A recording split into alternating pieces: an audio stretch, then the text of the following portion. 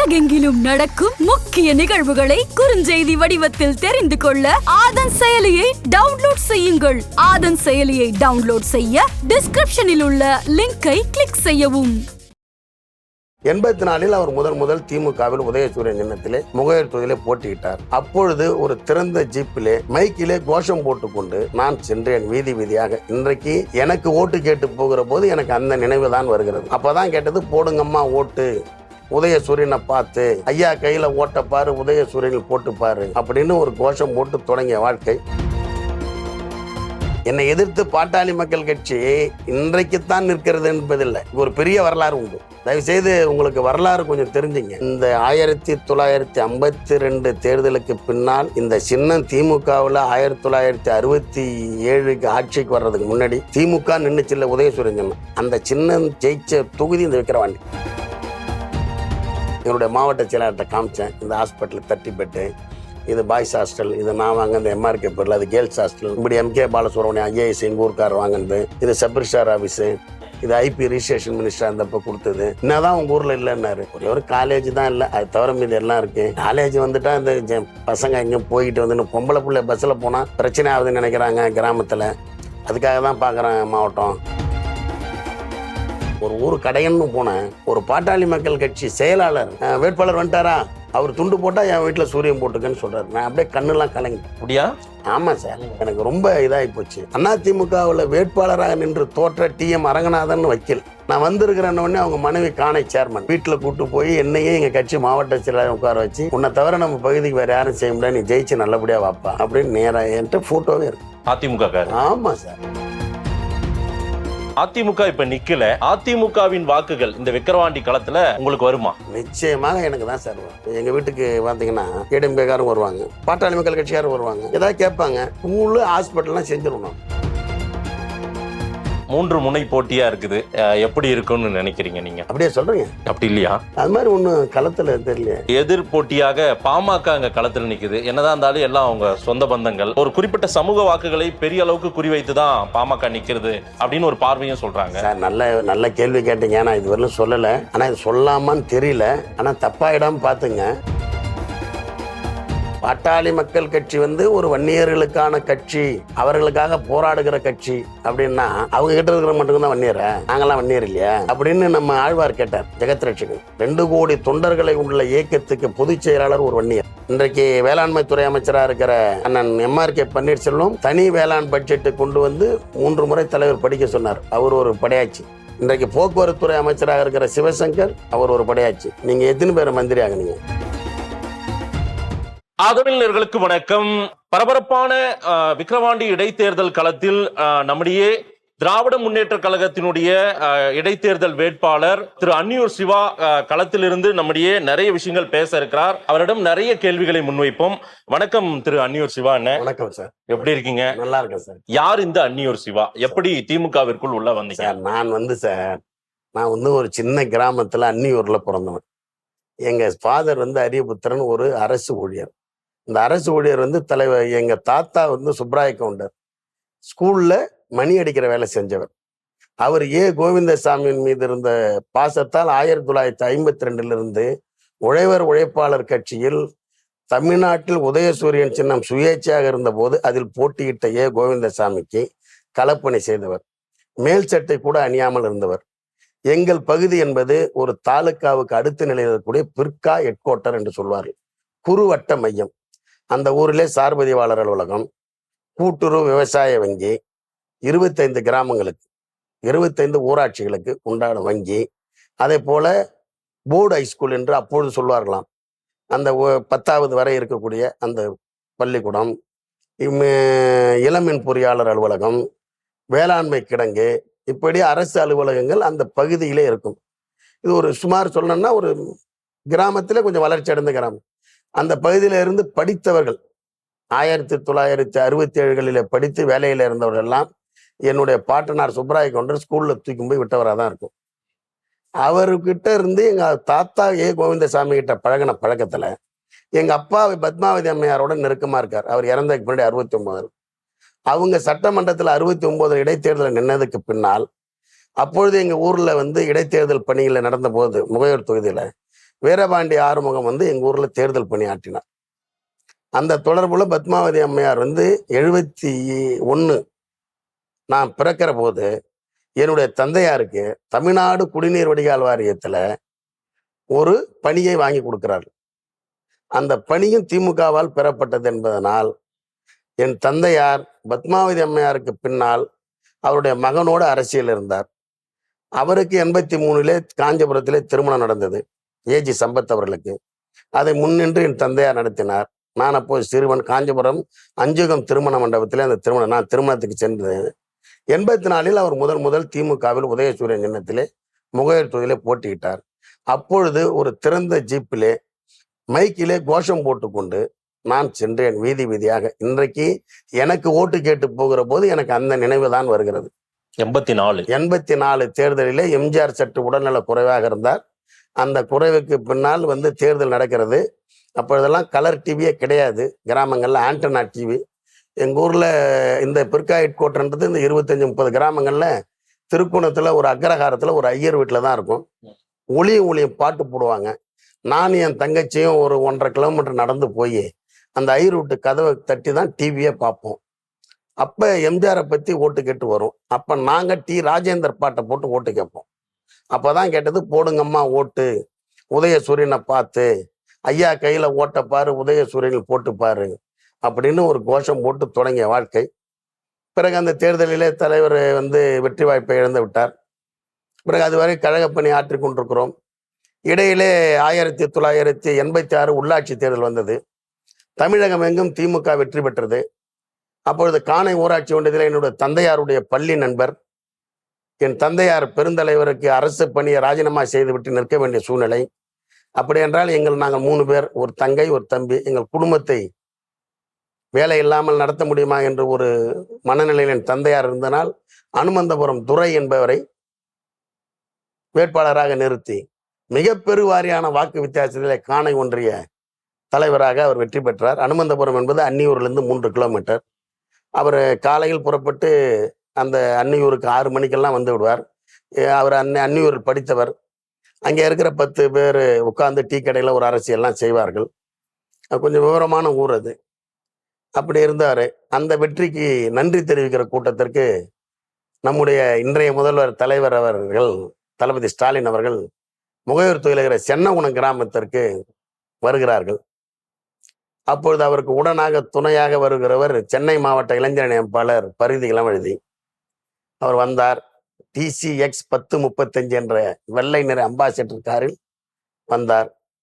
அந்த கூட்டத்திற்கு முன்னால் எம்ஜிஆர் தொண்டர்கள் பாதுகாப்பதற்காக நீங்கள் கத்தி வைத்துக் கொள்ளுங்கள் அப்படி என்று மதுரையிலே நடந்த திமுக அதிமுக மோதலிலே சொல்லிவிட்டார். அதை தினகரன் பேப்பர்ல 2ஆம் பக்கத்திலே கலைஞர் கடிதம் என்று வரும். அதிலே நான் படித்து விட்டேன். விழுப்புரத்தார் டெய்லர் கடையில். அப்புறம் திடீரென்று என்னை அந்த ஒன்றிய பெருந்தலைவராக இருந்த துரை, நீ இந்த கூட்டத்துல பேசுறா, ஆட்டோவெல்லாம் பிரச்சாரம் பண்ணலன்னு சொல்லிட்டு தளபதி முன்னால் என்னை பேச சொன்னார். அந்த கூட்டத்தில் நான் பேசினேன். அப்பொழுது என்னை வாழ்த்திய தளபதி இப்பொழுது வரை என்னை வாழ்த்து கொண்டிருக்கிறார். திமுகன்ற ஒரு கட்சி எந்த அளவுக்கு எளிய மக்களுக்கான கட்சின்னு உங்களால சொல்ல முடியுமா? நான் 1989 ஆட்சிக்கு முன்னால் இந்தி அழிப்பு போராட்டம் என்று நடக்கிற போது என்னுடைய நண்பர்களை வைத்துக்கொண்டு நான் அன்னியூர் கார்பரேஷன் வங்கியில் இருக்கிற அந்த இந்தியை அழித்து விட்டு சிறை செல்கிறோம். தமிழகம் எங்கும் இருக்கிற சிறைச்சாலைகள் எல்லாம் நிரம்பி வழிகிற போது சென்னையிலே இருக்கிற சிறைச்சாலை, இப்பொழுது அது மருத்துவமனையாக விட்டது, சென்ட்ரல் ரயில் நிலையத்துக்கு எதிரே இருந்த சிறை, அங்கிருந்து வட சென்னை நாடாளுமன்ற உறுப்பினராக இருந்து மறைந்த பாதுகாப்புத்துறை இணையமைச்சர் அண்ணன் என்விஎன் சோமு, அன்றைய எழும்பூர் சட்டமன்ற தொகுதி உறுப்பினர் பரிதி இளவழுதி, சு பாலன், துறைமுகம் செல்வராஜ், ராயபுரம் பொன்னுரங்கம், இன்றைக்கு எந்த தலைப்பின் கீழ் பேச சொன்னாலும் 1.5 மணி நேரத்துக்கு அல்ல, ஒரு நாள் முழுதும் பேசக்கூடிய நாஞ்சில் சம்பத், இப்படி பல தலைவர்கள் அந்த சிறைக்கு வந்து சேர்கிறார்கள். இந்த சிறைக்கு வந்து சேர்ந்ததுக்கு பின்னால் அந்த சிறையிலே ஒரு கூட்டத்தை நடத்த வேண்டும். அன்றைக்கு மாவட்ட செயலாளராக இருந்த செஞ்சியார், நீ அந்த கூட்டத்தை நடத்தியா அப்படின்னு சொல்லிட்டு, கலைஞரிடம் மிஞ்சி நிற்பது இலக்கியமா அரசியல் பண்பா, நடுவர் என்விஎன் சோமு. அப்பொழுது இந்திய எதிர்ப்பு போராட்டத்திலே சட்டமன்ற உறுப்பினர் பதவி பரிதி இளவழுதிக்கு பறிக்கப்பட்டது 9 பேர். மேலவை கலைக்கப்பட்டது. அப்போ மிசார் கணேசன் மேலவை உறுப்பினர். அந்த சிறையிலே 6 பிளாக்குக்கு நடுவுல அந்த கூட்டம் நடக்கும். அன்னைக்கு என் வயசு வந்து, இன்னைக்கு எனக்கு 53 வயசு. அன்னைக்கு எனக்கு வந்து சுமார் ஒரு 15 வயசுக்குள்ளதான் இருக்கும். என்னை எல்லோரும் அன்பாக நடத்தினார்கள். என் தந்தையார் பண்ருட்டியிலே வீராணம் திட்டத்திலே பணிபுரிந்த காரணத்தினால் அங்கே மிசா கைதியாக இருந்த மணி என்று மறைந்த நகர்மன்ற தலைவர் மணி அவர்கள், அப்படியே எங்க தந்தையார் இருந்ததுனால எல்லா தலைவர்களையும் தெரியும். நெல்லிக்குப்பம் கிருஷ்ணமூர்த்தி, எம்ஆர்கே பன்னீர்செல்வம், அண்ணன் மாண்புமிகு எம்ஆர்கே பன்னீர்செல்வத்துடைய தந்தையார் முட்டம் கிருஷ்ணமூர்த்தி, இவங்கெல்லாம் தெரிஞ்சதுனால எனக்கு ஒரு ஸ்பெஷலா இருக்கும். எதுவுமே சிவா நீ இதை செய், சிவாட்ட இதை கொடுங்க அப்படின்னு சொல்லி ஒரு சொல்லுவாங்க. நீ இதை நடத்துன்னு சொல்றப்ப, இந்த மாதிரி இந்தந்த அணியில் இவர்கள் பேசுவார்கள் அப்படின்னு சொல்றப்ப, நான் கலைக்கப்பட்ட மேலவை உறுப்பினர் அண்ணன் மிசார் கணேசன் அவர்களும் பறிக்கப்பட்ட சட்டமன்ற உறுப்பினர் பரிதி இளவழுதி அவர்களும் கலந்து கொண்டு அரசியல் பணியா என்று பேசுவார்கள் சொல்ற போது, இப்பொழுது மதிமுக மாவட்ட செயலாளர் இருக்கிற சிறுவள்ளிக்குப்பம் பாபு கோவிந்தராஜ் நாயுடு சூப்பர் ராமச்சான்னு சொல்லி எல்லாம் அப்ப ஜெயிலுக்குள்ள கைத்தட்டி, அது ஒரு அவங்களோட பேசுற போது தலைவருடைய வரலாறு, கட்சியினுடைய வரலாறுகள், இப்பெல்லாம் இவ்வளவு புத்தகங்கள்லாம் கிடையாது. திமுகவினுடைய வரலாறு என்பது நான் பார்த்த சாரதி எழுதிய புத்தகங்கள் தான். அதுக்கடுத்து புத்தகங்களே கிடையாது. அப்ப வாசிப்பு தன்மைக்கும் நமக்கு ஒரு அனுபவம் இல்லாத காலகட்டங்கள்.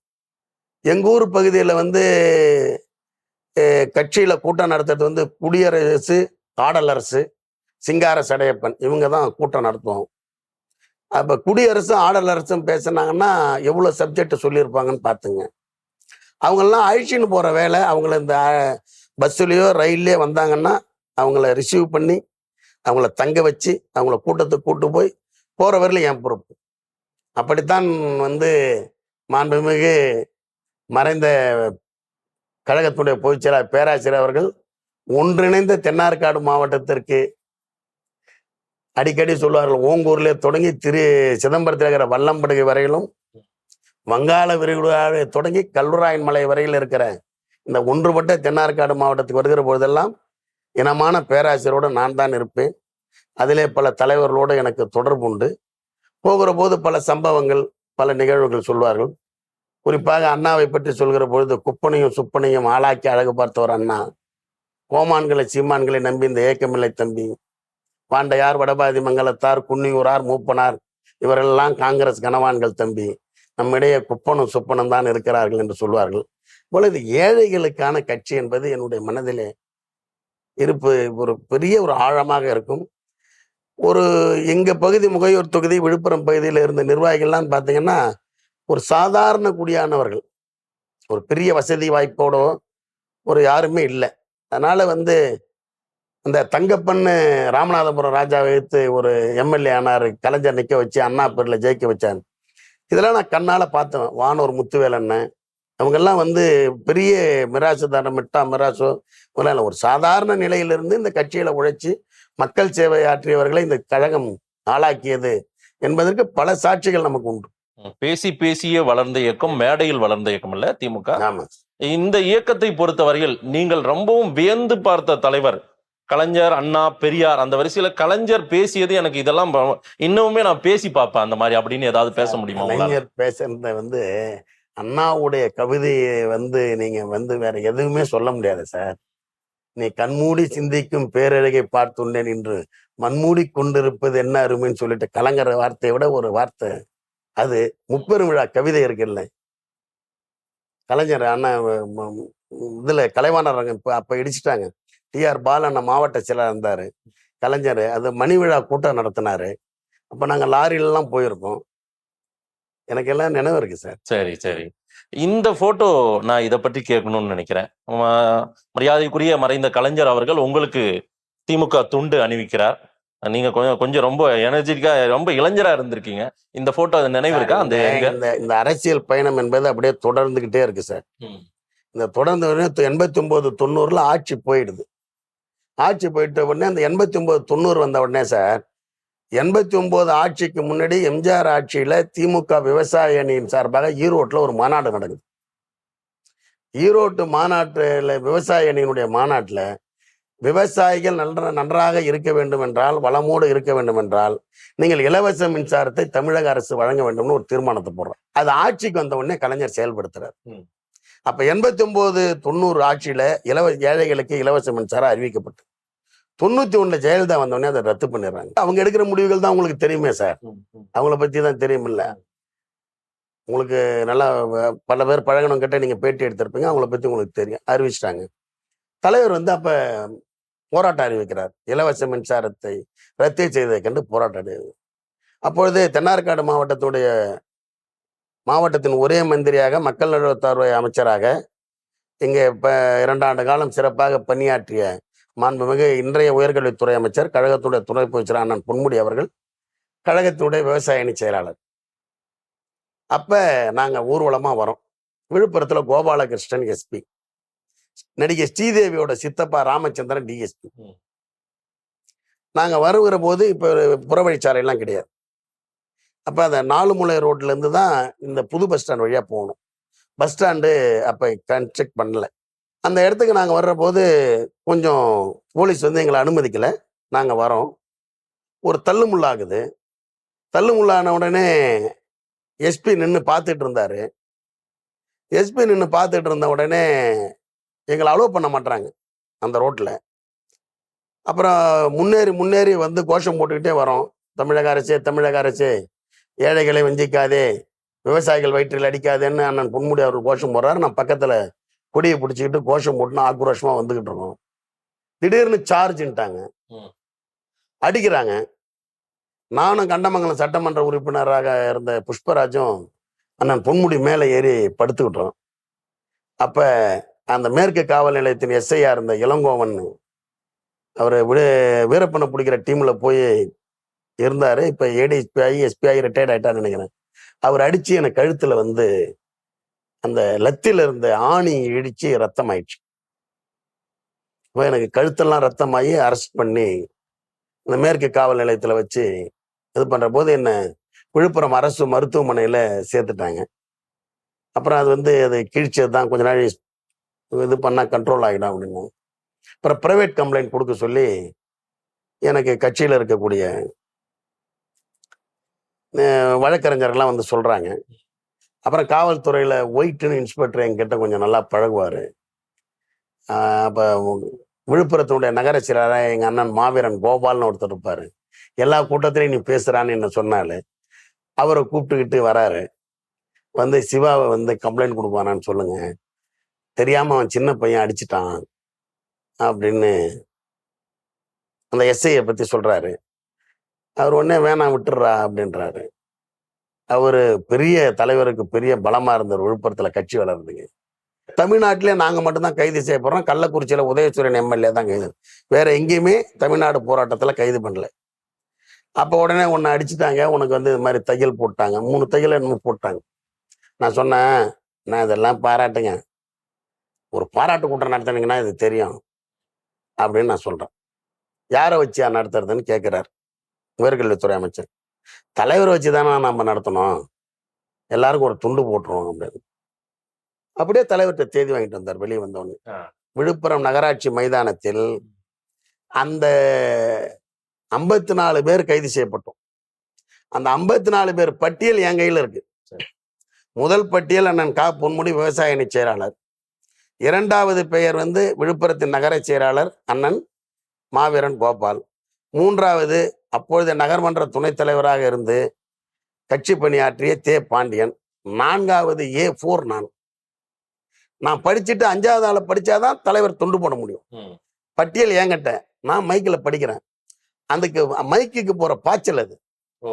அப்ப தலைவர் துண்டை போட்டு வாயா அப்படின்னு பொன்முடி அண்ணன் சொல்லுவார், இவனை கழுத்துல அடிச்சுட்டாங்கண்ணே அப்படின்னு.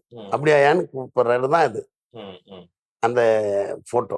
விவசாய அணி செயலாளர் திரு பொன்முடி அவர்களே இருந்திருக்காரு. ஆமா சார். நீங்களும் இப்ப மாநில பொறுப்புல அதுலதான் அந்த பொறுப்பு தான் உங்களுக்கு கொடுத்திருக்காங்க. அவரு விவசாயினே, நான் விவசாய தொழிலாளர். ஓகே.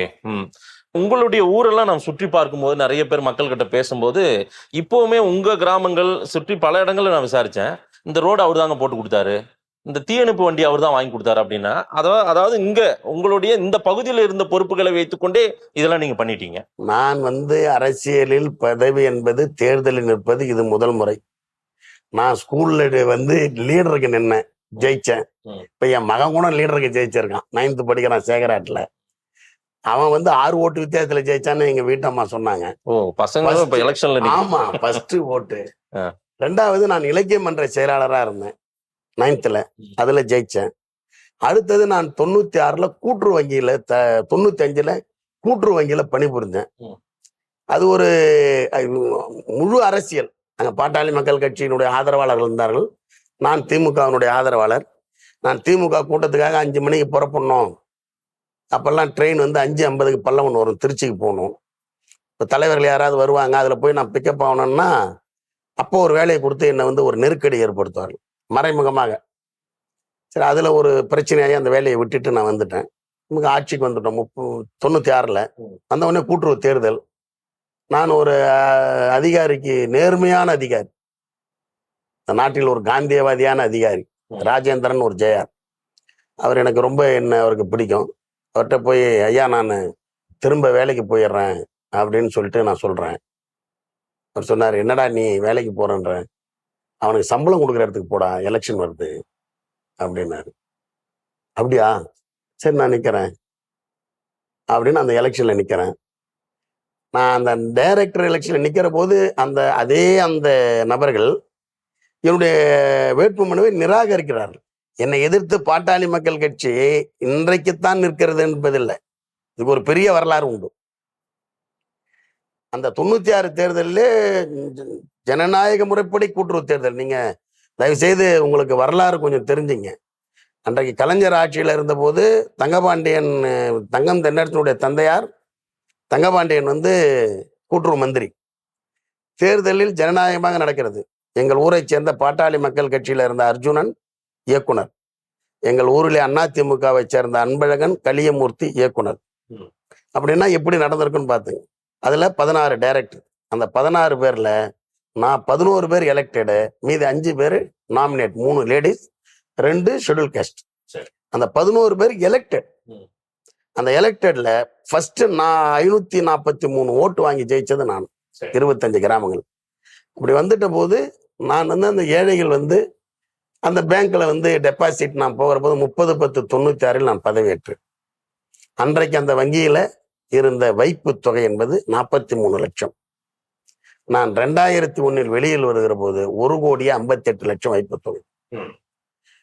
தங்கபாண்டியன் அண்ணன் மந்திரியாக இருந்ததற்கு பின்னால் நாங்கள் பதவியேற்ற பின்னா 6 மாதத்தால் உணவுத்துறை அமைச்சராக இருந்த எங்க ஐயா KN நேரு கிட்ட அந்த பதவி போகுது. மாண்புமிகு KN நேருடன் உணவு மற்றும் கூட்டுறவுத்துறை வந்தது. அவர் வந்த உடனே அவர் எங்க இடத்துல ஒரு கூட்டத்தை நடத்துற போது நான் ஒரு கருத்து சொல்றேங்க சார் அப்படின்னு. சொல்லுப்பான்னு, இந்த கூட்டுறவுல வெறும் பயிர்க்கடை மட்டும் கொடுக்குறோம், அதனால எந்த பிரயோஜனமும் இல்லை, யாருக்குமே உதவி பண்ண முடியல. ஏதாவது ஒரு கடன் கொடுத்தா தானேங்க நம்ம கட்சி வளரும், ஜனங்களுக்கு உதவி பண்ண முடியும் அப்படின்னா. பார்த்தார் ஒரு பார்வை. அவர் கிராமத்திலேருந்து காணக்கிணியநல்லூர்லேருந்து வந்தவர். அவர் கொஞ்சம் ஆக்டிவா இருக்கிறவன ரெகக்னைஸ் பண்ணுவார். பார்த்துட்டு அப்போ உங்களுக்கு கேள்விப்பட்டிருப்பேன், தேர்தல் கமிஷன்ல கூட டீலிமிட்டேஷன் கமிட்டி சேர்மனா இருந்தார் மிருத்யுஞ்சங் சாரங்கி. அவர் RCS. இப்போ இருக்கிற கவிதா ராம IAS உடைய அப்பா ராமு தான் எங்களுக்கு food secretary, food and cooperation secretary. அவர் உடனே அடிஷனல் ரிஜிஸ்ட்ரார் துரைசாமியை கூப்பிட்டு அந்த இடத்துல எங்க முன்னாடியே அப்போ Salem central bank chairman Salem Veerapandiyar பையன் செழியண்ணன், Tiruchi central bank chairman Anbil Mahesh Poyyamozhi அவங்களோட தந்தையார் பொய்யாமொழி அண்ணன், Viluppuram central bank chairman Adishankar. இப்படி இளைஞரணியில் இருக்கக்கூடியவங்க எல்லாம் சென்ட்ரல் பேங்க்ல ட்ரெயின் பண்றாங்க. அதுல நான் தொடக்க வேளாண்மை கூட்டுறவு வங்கியினுடைய PACB ரெப்ரசன்டேட்டிவா நான் போறேன். நான் போய் சொன்ன கருத்து பண்ணிட்டாங்க. அப்ப CT தண்டபாணி கோயம்புத்தூர் MP தான் TNH bank chairman, Tirunelveli Avudaiyappa vice chairman அப்படின்னு சொல்லிட்டு அங்கேயே ஓரளவுக்கு நமக்கு தெரியும்ல, மினிஸ்டர் பேசுறாரு, செக்ரட்டரி பேசுறாரு, RCS பேசுறாருன்னு சொல்லிட்டு அப்புறம் இறங்கி வர்றப்ப நான் வணக்கம் வைக்கிறேன் ஐயா நேருவை பார்த்து. ஒரு வாரத்துல உனக்கு பேசுறியா அப்படின்ட்டு. அப்பெல்லாம் அம்பாசிடர் கார் தான். ஏறி ஸ்டைலாக உட்காந்து அவர் போயிட்டாரு. ஒரு வாரம் கழிச்சு எந்த ஜெயாரை பார்த்து நான் வேலைக்கு போகிறேன், அந்த மாதிரி வேலையை விட்டேன்னு சொன்னால், அந்த ஜெயாரு எங்கள் ஊரில் ஃபோன் இல்லை, ஆளை விட்டு கூப்பிட்றாங்க. அப்புறம் நான் போகிறேன், ஒரு கடிதத்தை காமிக்கிறாரு. 1 கோடி வரை சொந்த டெபாசிட் இருந்தால் நுகர்வோர் கடன் 25,000 ஒரு தனிநபருக்கு வழங்கலாம் அப்படின்னு வந்திருக்கு. இது நீ 43 லட்சம் இருக்கு, இதை எப்படியாவது 1 கோடி ரூபா பண்ண முடியுமா அப்படின்னு என்னை கேட்டார். அப்படியா, சரி நான் பண்ணுறேன் அப்படின்னு சொல்லிட்டு எங்ககிட்ட 16 ரேஷன் கடை ஸ்டாஃப், பேங்க்ல வேலை செய்கிறவங்க 7 பேர், நான் துணைத் தலைவர், என்னோடு இருக்கிற இயக்குநர்கள், இப்படி ஒரு 25 பேர் சைக்கிளில் 25 கிராம டெபாசிட் முகாம்னு வச்சு நடத்தி விழுப்புரத்தில் எனக்கு தெரிஞ்ச தொழிலதிபர்கள், மளிகை கடைக்காரங்க, துணி கடைக்காரங்க, மறைந்த இப்போ கிரீன்ஸில் என்ன ஒரு இடம் இருக்குது, அந்த ஹோட்டல் ரமேஷ் அண்ணன் 10 லட்சம் 5 லட்சம் அப்படின்னு டெபாசிட் வாங்கி நாங்களே கொடுத்து ஒரு 25 நாளில் 1 கோடியே 15 லட்சம் ரூபாய் கொண்டு வந்து அந்த ஆர்என்சி பேலன்ஸ் ஷீட் போட்டு வந்து கொடுத்தோடனே, நீ வந்து மீட்டிங் வச்சு கொடு, ஜேஆரே அப்ரூவல் பண்ணலான்னு கொடுத்துட்டோம். அதுக்கு பிறகு ஒரு பாலிடெக்னிக் போகிறாங்க, அவங்களுக்கு ஒரு 20,000 ரூபா, 2 லோன் 40,000 ரூபான்னா ஒரு பிள்ளைக்கு போதும். காலையில் வருவாங்க, எங்கள் வீடெல்லாம் எங்கள் கூரை வீடு, கிராமம், ரொம்ப கிராமம், பார்த்துருப்பீங்க. எங்கள் வீட்டு பக்கம் போனால் தெரிஞ்சிருக்கும் உங்களுக்கு. நீங்கள் காலையில் தூங்கி எழுந்திரிச்சு வந்து அப்படி பனியனோட நிற்பேன். என்னப்பான்வேன், பையனை பாலிடெக்னிக் சேர்க்கலான்னு இருக்கேன். சரி, என் கூட ஒருத்தர் நாராயணன் இருப்பார், பேங்க் ஸ்டாஃபு, இப்போ அவருக்கு 2 கன்சியூமர் லோன் கொடுப்பா அப்படின்னு. அதுக்கு முன்னாடி அப்படி கிடையாது. அதான் இது தமிழ்நாடு முழுக்க இம்ப்ளிமெண்ட் ஆச்சு. ஆமா, ஃபர்ஸ்ட் இங்க தான் உங்களுடைய மாவட்டத்துல தான் நீங்க பண்ணதுதான். அதுக்கப்புறம் 25,000 கடனா? அதான் 20,000 19,500 ரூபாய்க்கு கொடுக்கலாம் ஒரு ஆளுக்கு. ஓகே. அதுக்கு முன்னாடி கூட்டுறவு வங்கியில கடனே கிடையாது. கடன் உண்டு, பயிர் கடன் உண்டு, நீண்ட கால கடன் உண்டு, மத்திய கால கடன் உண்டு. தனிநபர் கடனா? தனி நுகர்வோர் கடன், கன்சியூமர் லோன். ஓகே, அதான் அந்த பர்சனல் லோன் மாதிரி இப்ப சொல்ற மாதிரி. ஓகே, அக்ரிகல்ச்சர் ஆக்டிவிட்டிஸுக்காக அது பேங்க். நான் ஃபார்ம் செக்டார்ன்றதே நாங்க கொண்டு வரோம் அந்த மீட்டிங்ல. பண்ணைச்சாரா கடன்கள். சோ அதுக்கப்புறம் அது கடனா மாறுது. கடன். அப்படிதான் அந்த மக்களுடைய அபிமானம் உங்களுக்கு. அப்ப அந்த நான் ஃபார்ம் செக்டார் அடுத்த வருஷம் நான் ஃபார்ம் செக்டார் லோன் கொடுக்கலான்ற போது எங்க பகுதியில திருமண மண்டபங்கள்லாம் இல்லை, நாங்க எல்லாம் கோவில்ல தான் கல்யாணம் பண்ணுவோம். அப்ப வந்து சங்கீத மதத்துல ஒரு கல்யாணம் பண்ணலாம், மண்டபம் கட்டலாம் அப்படின்னு என்னுடைய நண்பர் பாலுன்னு, குருசாமி செட்டியார் பையன், கட்சிக்காரரு, பிஜிஎஸ் சைக்கிள் ஸ்டோர்னு வச்சிருப்பார், அவரை கூப்பிட்டு நீங்க லோன் வாங்கிக்கிங்க, கல்யாண மண்டபம் கட்டுங்க, பத்மாவதி கல்யாணம் ஒன்று இன்னைக்கு இருக்கு. இப்போ கூட நான் நாமினேஷன் பண்ணுறதுக்கு முன்னாடி அந்த கோவில் கும்பாபிஷேகத்துக்கு மாண்புமிகு உயர்கல்வித்துறை அமைச்சர் அவருடைய துணைவியாரை அழைத்து கொண்டு அந்த ஊருக்கு போனேன். அவர் தான் வரவேற்றாரு. எங்கள் வீட்டுக்குள்ள எங்கள் ஊர் சங்கீதமங்கலம் தான் இவர், நாங்கள் பார்த்துக்குறோம் அப்படின்னாரு. இது மாதிரி அனந்தபுரத்தில் ஒரு பெரிய திருமண மண்டபம், பனமலைப்பேட்டையில் ஒரு திருமண மண்டபம், அப்புறம் ஒரு ஜென்ரேட்டர் லோனு, டிராக்டர் லோனு அப்படின்னு அந்த 25-30 கிராமங்களுக்கு யார் கேட்டாலும் இல்லை என்பதை விட அலுவலகத்தில் அவர்களிடம் எதையுமே பெறக்கூடாது. அதாவது கூட்டுறவு வங்கிகள்ல புது வகையான லோன்கள் அறிமுகமானது உங்களுடைய காலங்கள்ல நீங்க நிறைய அதற்காக ஆலோசனை. என்னுடைய காலங்களில் மாண்புமிகு கூட்டுறவுத்துறை அமைச்சராக இருந்த அண்ணன் முதன்மை செயலாளர் நேரு ஐயா காலத்துல வந்தது. ரைட். அதான் அவர்கிட்ட நீங்க ஒரு ஆலோசனை சொன்னீங்க. ஆலோசனை கருத்து, ஒரு கருத்தா கூட்டம் நடத்தினாரு, ஏஞ்சி கேட்டேன். உங்களுக்கு கிரவுண்ட் எப்படி இருக்குன்னு, விக்கிரவாண்டி தொகுதி மக்கள் என்ன சொல்றாங்க, போனா அவங்களுடைய வரவேற்பு எப்படி இருக்கு சார்? நம்மளுக்காக எந்த ஒரு தனிப்பட்ட ஒரு செல்வாக்கு என்பதெல்லாம் நமக்கு இல்லை சார். தலைவர், கட்சி, சின்னம். நீங்க ஒரு ரெக்கார்ட் பண்ணீங்க பிரதர். இந்த 1952 தேர்தலுக்கு பின்னால் இந்த சின்னம் திமுகவில் 1967 ஆட்சிக்கு வர்றதுக்கு முன்னாடி திமுக நின்றுச்சில்ல, உதயசூரியன் சின்னம். அந்த சின்னம் ஜெயிச்ச தொகுதி இந்த விக்கிரவாண்டி. அவர் கோவிந்தசாமி திமுகவில் நிற்கிற போது சின்னம் வந்து இந்த சின்னத்தையே வச்சுக்கலாம், நல்லா இருக்குன்னு முடிவு பண்ணாங்கன்னு சொல்றாங்க. அந்த தொகுதி விக்கிரவாண்டி. ஓகே. அந்த தொகுதியில உதயசூரியனுக்கு கூடுதலா தான் இருக்கும் பவரு. எனக்கு என்ன பவரு? நான் மக்கள் எங்க வீட்டுல பாக்குறீங்க, 10 பேர் வரான், காலையில என்னப்பா வேணும், என்னால முடிஞ்சா செய்வேன். அவனுக்கு என்ன வேணும்? நம்மளால ஒரு டாக்டருக்கு தெரியாம வருவான் கிராமத்துல இருந்து, இல்ல ஒருத்தவங்க வருவாங்க. இப்ப நீங்க சொல்றீங்க இல்ல, நான் போறேன், நான் 2 வீலர், நானும் எங்க வீட்டு அம்மாவும் 2 வீலர்ல வர்றப்ப பஸ் வந்தது, சிங்கிள் ரோடு, 2 வீலர் இறங்கி ஒரு ஸ்கிட் ஆயிடுச்சு. அப்போ பார்த்தீங்கன்னா இது நம்ம ஆட்சி, நமக்கு வேண்டியவர் சாமிநாதன் இளைஞரணியில் இருக்கிறாரு, மாநில துணை செயலாளர், மந்திரி ஆயிட்டாரு. போய் இதை ஓடிஆர் எம்டிஆர் ஆக சொல்லி கேட்குமே அப்படின்னு போய் கேட்குறேன். ஓடிஆர்லாம் டிராஃபிக் சென்சிட்டிவ் வேணும் அப்படி இப்படின்னு ஒரு பிஏ சொல்கிறாரு. அப்புறம் ஒரு 2 முறை போகிறேன். நான் இந்த ரோடு சொன்னேன்னு, இல்லைப்பா அது இதை சொல்கிறாங்க அது சொல்கிறாங்க. ஒரு நாள் அவர் நான் தனியாக பேசுகிற மாதிரி ஒரு சந்தர்ப்பம் அமைஞ்சது. அவர் வர சொல்லியிருந்தார். இப்போ நான் சொன்னேன், ஆனால் நீங்கள் சொல்கிறவெல்லாம் நான் செய்கிறேன், ஒரே ஒரு ரோடு கேட்குறேன், அதை வைடனிங் பண்ண மாட்டேங்க. நான் மந்திரி உங்ககிட்ட கேட்குறேன். எங்கள் ஊருக்காரர் தான் சந்தான ஐஏஎஸ் செக்ரட்டரி. அவரை போய் கேட்டால் இந்த அதிகாரிலாம் பதில் பேச மாட்டாங்க. உங்ககிட்ட இப்படி சொல்கிறாங்களே, செய்யின்னு சொல்லுங்கண்ணா, அப்போ தானே செய்வாங்கண்ணா அப்படியான்ட்டு உடனே பிஏ கூப்பிட்டு, என்ன இது மாதிரி சொல்கிறாப்புல, அதை செஞ்சால் என்ன அப்படியா இதாக ஆகிடும் அப்படின்னு கேட்டார். இல்லை அமைச்சர் நினச்சா செய்யலாம் சார்னாரு. ஒன்று செஞ்சுட்டாரு. அது மாதிரி 89 மாண்புமிகு உயர்கல்வித்துறை அமைச்சர், மக்கள் நல்வாழ்வுத்துறை அமைச்சர். நான் 89 இளைஞரணி துணை அமைப்பாளர். அப்போ எங்கள் ஊருக்கு எங்களுக்கு அன்னியூர் பழனிசாமி தம்பிரான் ஒன்று காங்கிரஸ்கார் பெரிய ஆள், அவர் வயசில், அவருக்கு குழந்தை இல்லை. அவர் என்னதான் கார்டினா எனக்கு போட்டு சேர்த்தாரு. அவர் ராமசாமி படையாச்சார் வீட்டுக்கு போனாலே உட்கார்ந்து இருக்கிற ராமசாமி படையாச்சார் வாங்க பழனிசாமின்னு கூப்பிட்ற அளவுக்கு மரியாதைக்குரியவர். அவர் ஒரு ஆஸ்பத்திரி, அவர் குழந்தை இல்லை, இந்த ஊருக்கு ஒரு ஆஸ்பத்திரி வாங்கணும்டா அப்படின்னாரு. சரி பெரியப்பா வாங்கிடலாம், நீ வந்து எம்எல்ஏ பாரு. எப்பொழுதும் காங்கிரஸ் துண்டு தான் போட்டிருப்பார். அப்புறம் ஒரு நாள் காலையில் 7 மணிக்கெல்லாம் நாங்கள் குளிச்சுட்டு, கிணத்துல தான் குளிக்கணும். அவர் நான் அப்படியே பெரியவங்களோடய தான் இருப்பேன்.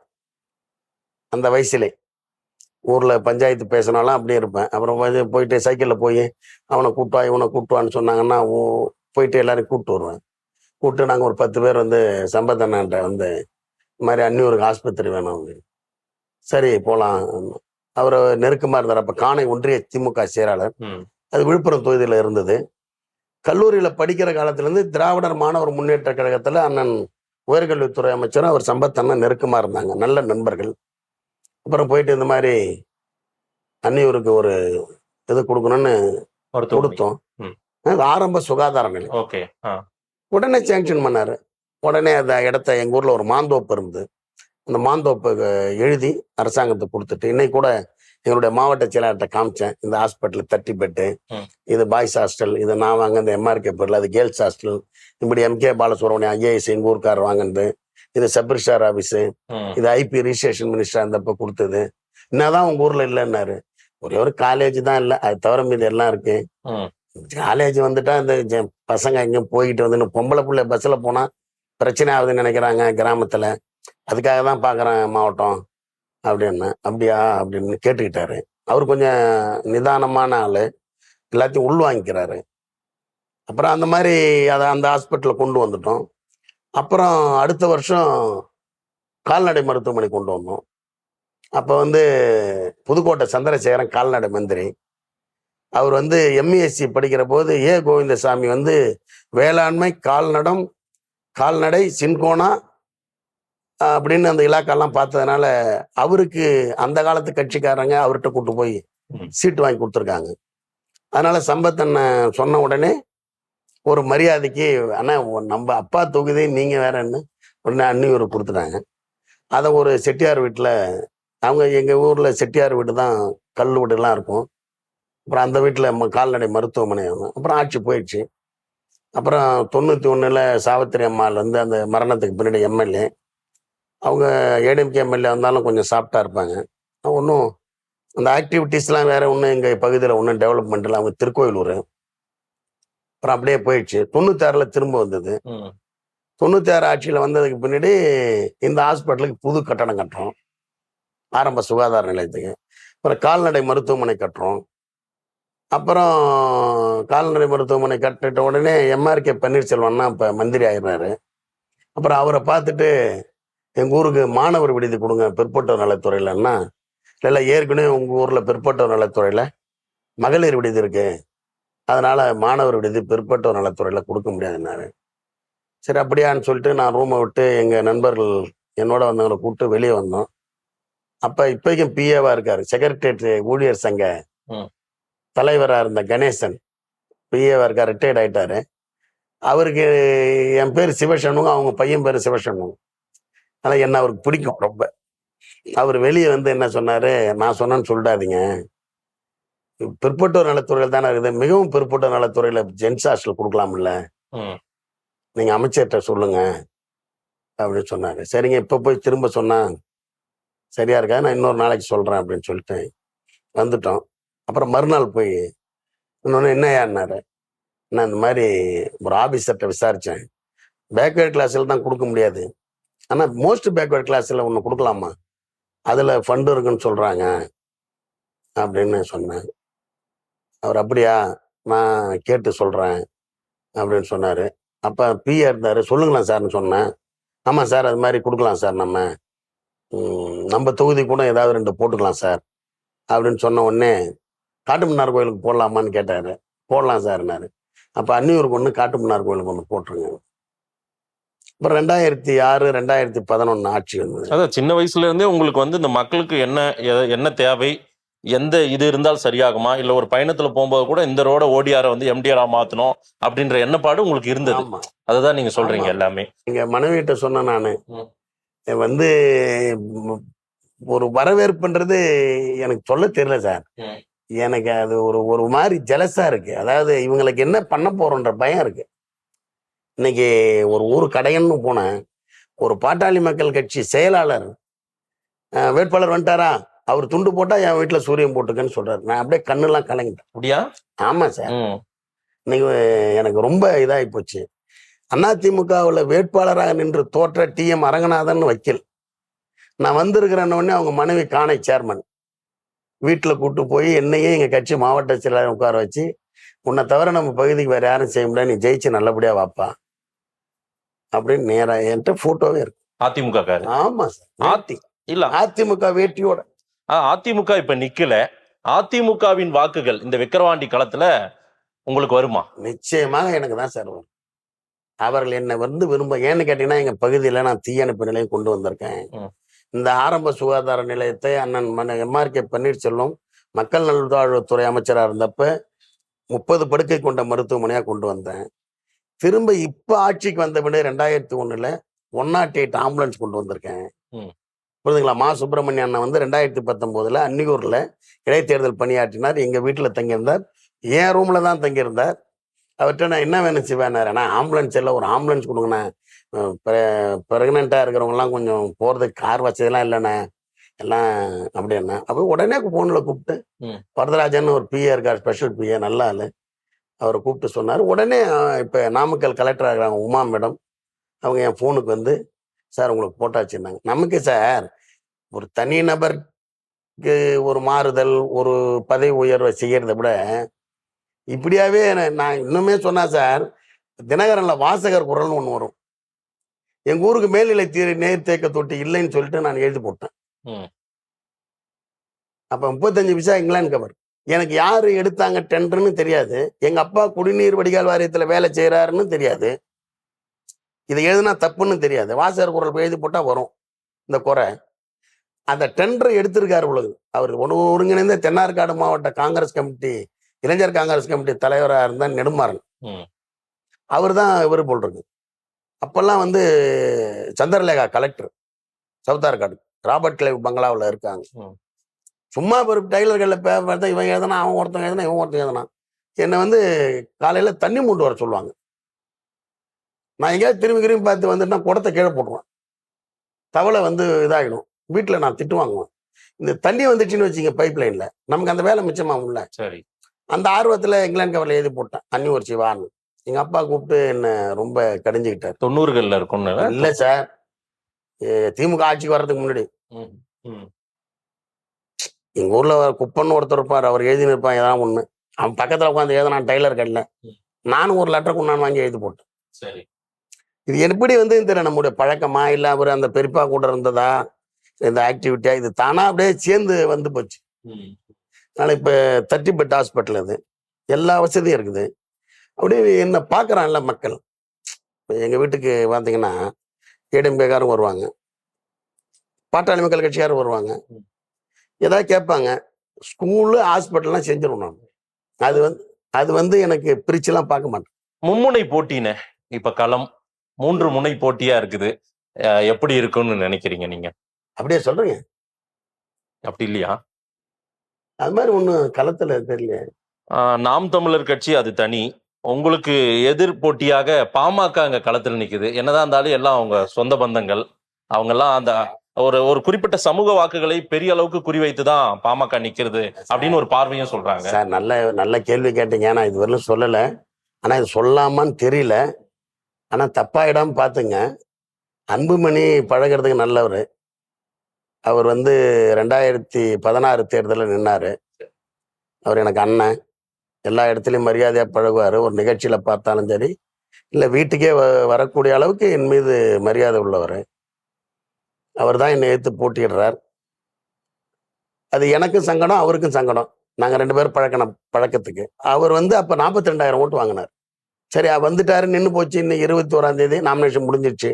அதை பற்றி இப்போ பேச வேண்டாம்.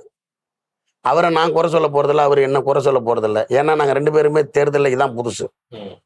நாங்கள் எந்த பதவியில் இல்லை. எங்கள் பேரில் தனிநபர் மீது எந்த விமர்சனமும் இல்லை. ஆனால் பாட்டாளி மக்கள் கட்சி வந்து 13 இடைத்தேர்தலில் நிற்கல.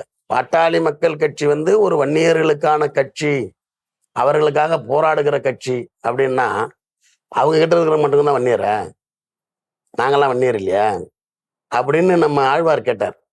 ஜெகத் ரட்சகன் 2 கோடி தொண்டர்களை உள்ள இயக்கத்துக்கு பொதுச் செயலாளர் ஒரு வன்னியர். இன்றைக்கு வேளாண்மை துறை அமைச்சராக இருக்கிற அண்ணன் MRK பன்னீர்செல்வம் தனி வேளாண் பட்ஜெட்டை கொண்டு வந்து 3 முறை தலைவர் படிக்க சொன்னார். அவர் ஒரு படையாச்சி. இன்றைக்கு போக்குவரத்துறை அமைச்சராக இருக்கிற சிவசங்கர், அவர் ஒரு படையாச்சி. நீங்க எத்தனை பேர் மந்திரி ஆகுனீங்க?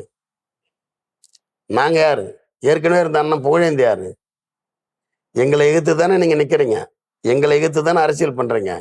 கடந்த தேர்தலில் எவ்வளவு வாங்கியிருக்கீங்க ஓட்டு? 32,000 ஓட்டு வாங்கியிருக்கிறீங்க. இந்த தேர்தலில் எவ்வளவு வாங்குவீங்க? அதே சமுதாயம் தானே இருக்க போகுது.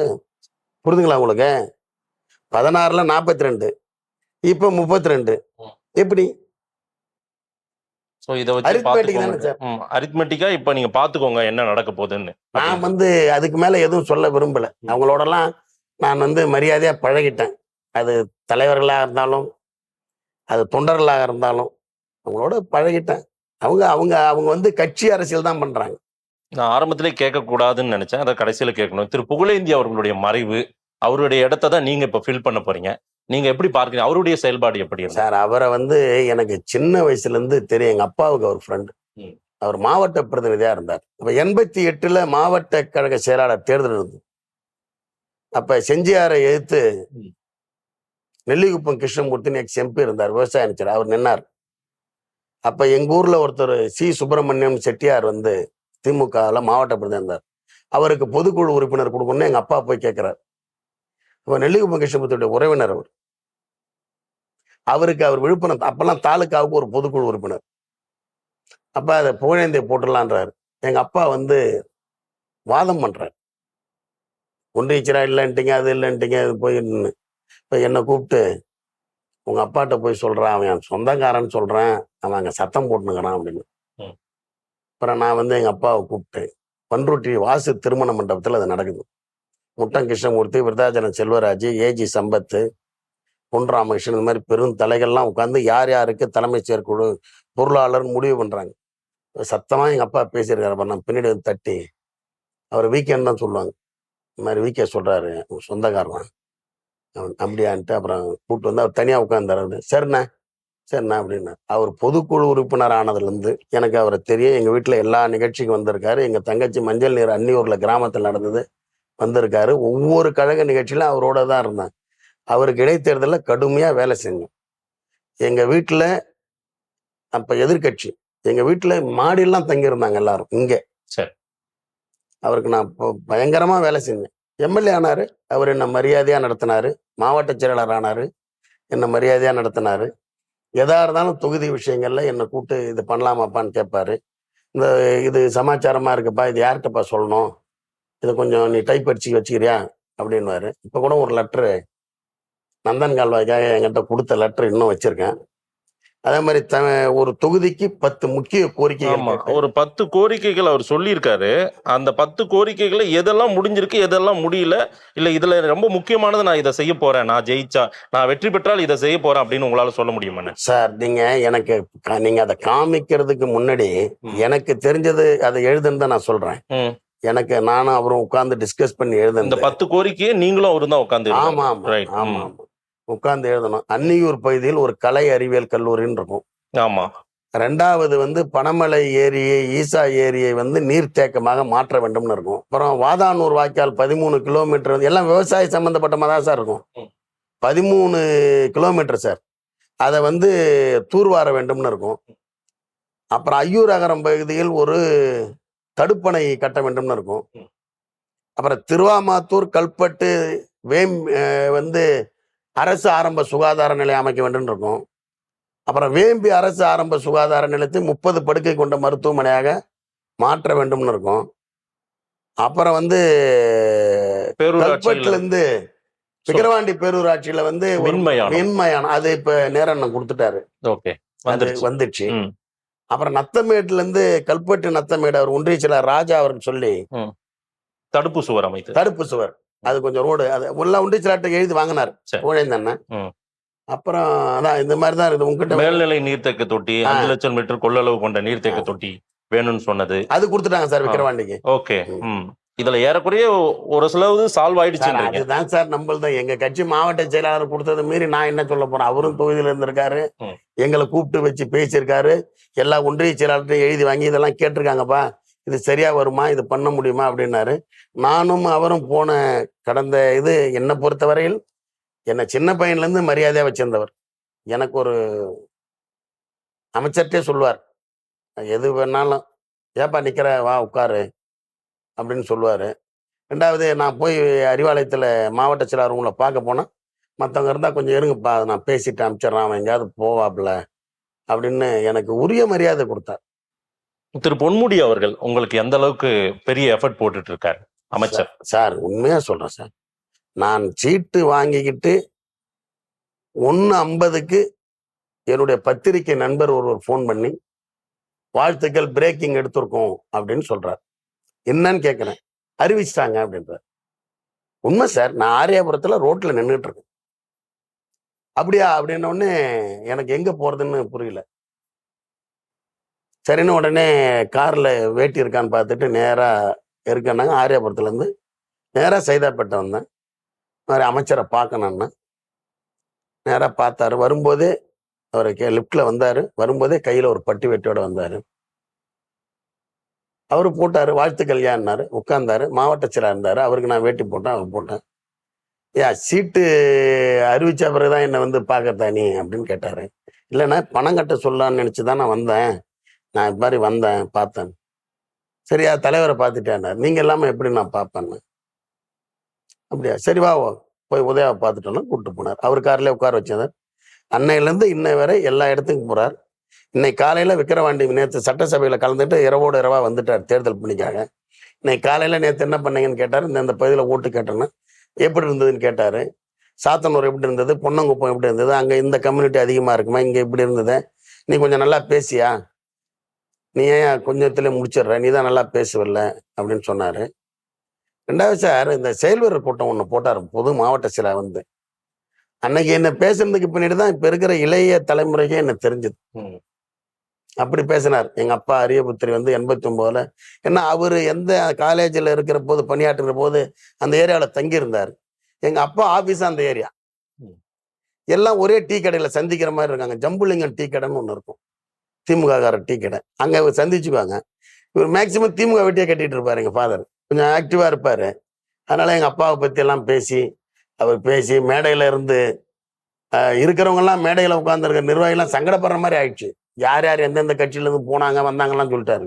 நானும் சிவாவை மட்டும்தான் இந்த கட்சியில இருக்கிறேன்னு ஒரு பெரிய ஒரு தன்னிலை விளக்கத்தை அவர் கொடுக்க, நான் அவரை பத்தி பேசுறேன். இந்த மாதிரி நான் உங்களோட இருந்து நான் இருந்தா உங்களுக்கு சரியா இருப்பேன் அப்படின்னு சொன்னா. அப்புறம் கீழே சொன்னாரு, நல்ல கருத்தை 3 நிமிஷம் 23 செகண்ட்ல பேசியிருந்தேன். அதை சொன்னாரு. ஒரு ஓய்வே இல்லாம கடுமையான பணி.